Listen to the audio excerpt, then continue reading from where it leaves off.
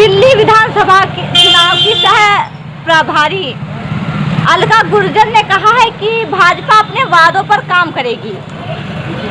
Bharatiya Janata party 2014 से जब से सत्ता में आई है, मोदी जी के नेतृत्व में निरंतर काम ही कर रही है और काम करने का ही तो परिणाम है कि इस देश के विभिन्न प्रदेशों में भारतीय जनता पार्टी की सरकार बनती जा रही है।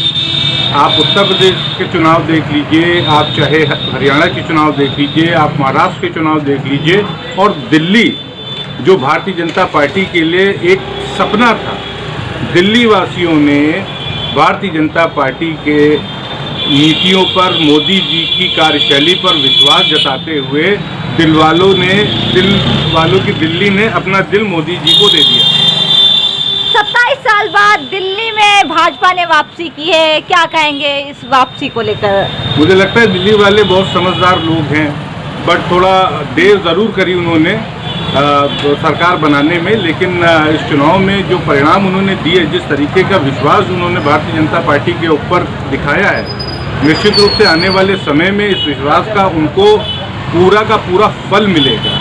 और सबसे अच्छी बात अब ये होगी कि केंद्र की जितनी भी योजनाएं हैं जो केजरीवाल की सरकार ने रोक रखी थी, अब दिल्ली वासियों को पूरी तरीके से मिलेंगी। भाजपा को बहुत ज़्यादा ट्रोल किया जा रहा है, लोग बोल रहे हैं कि दिल्ली वालों ने खूब मजे लिए, फ्री बिजली और फ्री शिक्षा, फ्री स्वास्थ्य और अब फ्री राशन का भी मजा ले लें।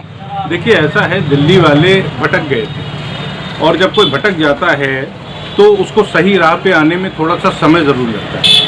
वक्त के साथ साथ दिल्ली वासी भी समझ गए कि मुफ्त की रेवड़ियों वाली सरकारों से दिल्ली का विकास होने वाला नहीं है, और इसलिए उन्होंने भारतीय जनता पार्टी की सरकार पर अपना विश्वास जताया है। और मोदी जी की जितनी भी योजनाएं हैं जो देश में सबको मिल रही थी सिवाय दिल्ली को छोड़कर, अब दिल्ली वासियों को भी मिलेगी। इसलिए दिल्ली वासियों को मेरी तरफ से बहुत बहुत बधाई है और शुभकामनाएं हैं।